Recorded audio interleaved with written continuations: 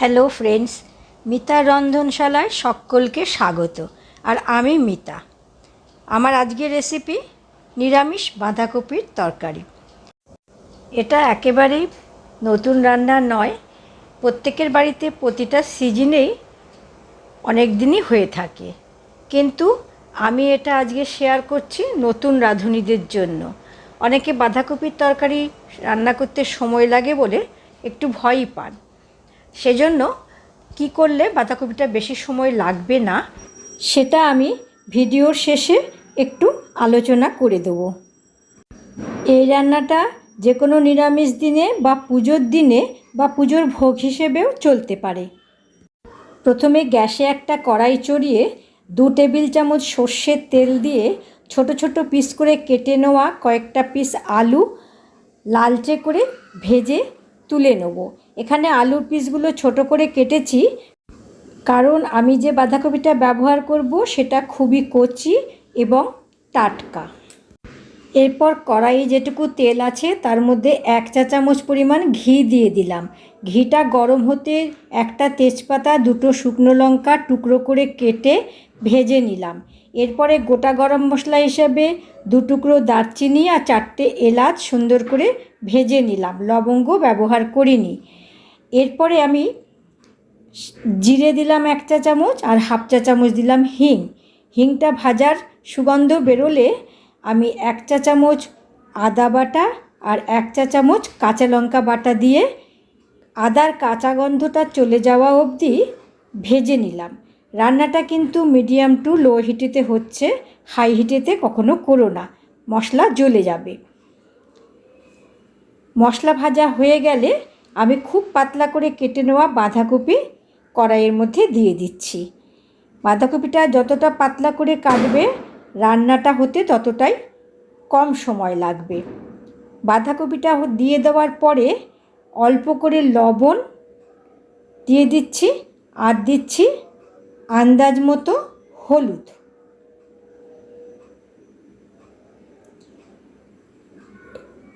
এই লবণ আর হলুদ দিয়ে ভালো করে মিনিট 2 সময় ধরে নাড়াচাড়া করে নেব। লবণটা অল্প করে কেন দিলাম বলো তো? বাঁধাকপি খুব নরম হয়ে যাবে। লবণটা একটু কম করে না দিলে এখন পরে যখন বাঁধাকপিটা অনেকটা কমে যাবে তখন বেশি হয়েছে মনে হবে, খেতে একদম ভালো লাগবে না। সেই জন্যেই প্রথমে লবণ দিলে লবণটা একটু কম করেই দিতে হয়। এরপর 3 মিনিটের জন্য ঢাকা চাপা দিয়ে দেবো। 3 মিনিট হয়ে গেছে, এবার ঢাকাটাকে খুলে নিচ্ছি।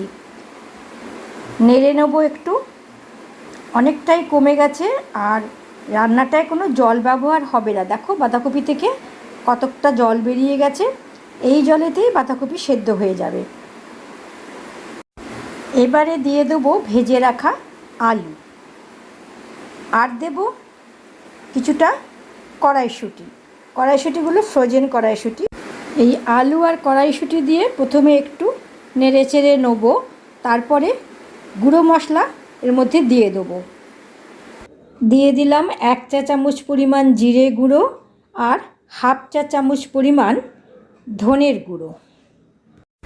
এই গুঁড়ো মশলাগুলো দিয়ে সবজিটাকে আবারও ভালো করে নাড়াচাড়া করে নেব মিনিট খানেকের জন্য, যাতে গুঁড়ো মশলাটা পুরো সবজির সঙ্গে খুব ভালোভাবে মিশে যেতে পারে। এরপরে আবারও 3 মিনিটের মতো আমি ঢেকে রান্না করব। মিডিয়াম টু লো হিটেতে কিন্তু রান্নাটা হচ্ছে। 3 মিনিট পর ঢাকা চাপাটা খুলে আবারও নেড়ে নিচ্ছি। দেখো এখন কিন্তু আর নিচে কোনো জল দেখা যাচ্ছে না, মানে জলটা টেনে গেছে।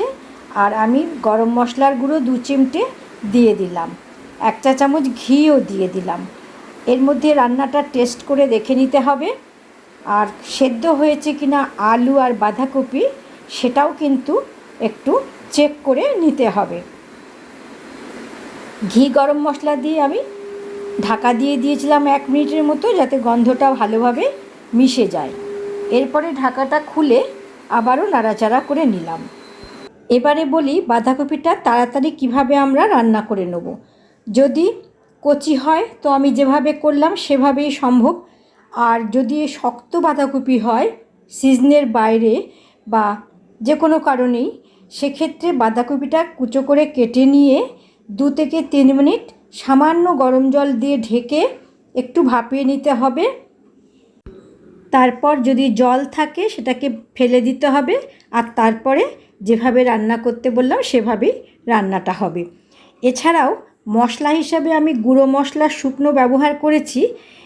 যদি চাও তাহলে আদা কাঁচা লঙ্কার পেস্টটা ওভাবে না দিয়ে সব কটা মশলা মানে আদা কাঁচা লঙ্কা জিরে গুঁড়ো ধনে গুঁড়ো পেস্ট করেও ব্যবহার করা যেতে পারে।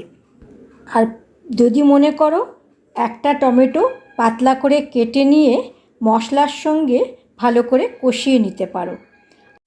আমি রান্নাটায় চিনির ব্যবহার করিনি। যদি তোমরা মিষ্টি দিতে চাও, বাঁধাকপি আর আলু সেদ্ধ হয়ে যাওয়ার পরে 1 চা চামচ পরিমাণ চিনি দিয়ে ভালো করে নাড়াচাড়া করে মিশিয়ে নিয়ে তবেই কিন্তু ঘি আর গরম মশলাটা দিও। আমার এই নিরামিষ বাঁধাকপির রান্না যদি তোমাদের ভালো লাগে, ভিডিওটাতে একটা লাইক দিও, আর বাড়িতে একবার ট্রাই করে আমাকে কমেন্ট করে জানাবে কেমন হলো।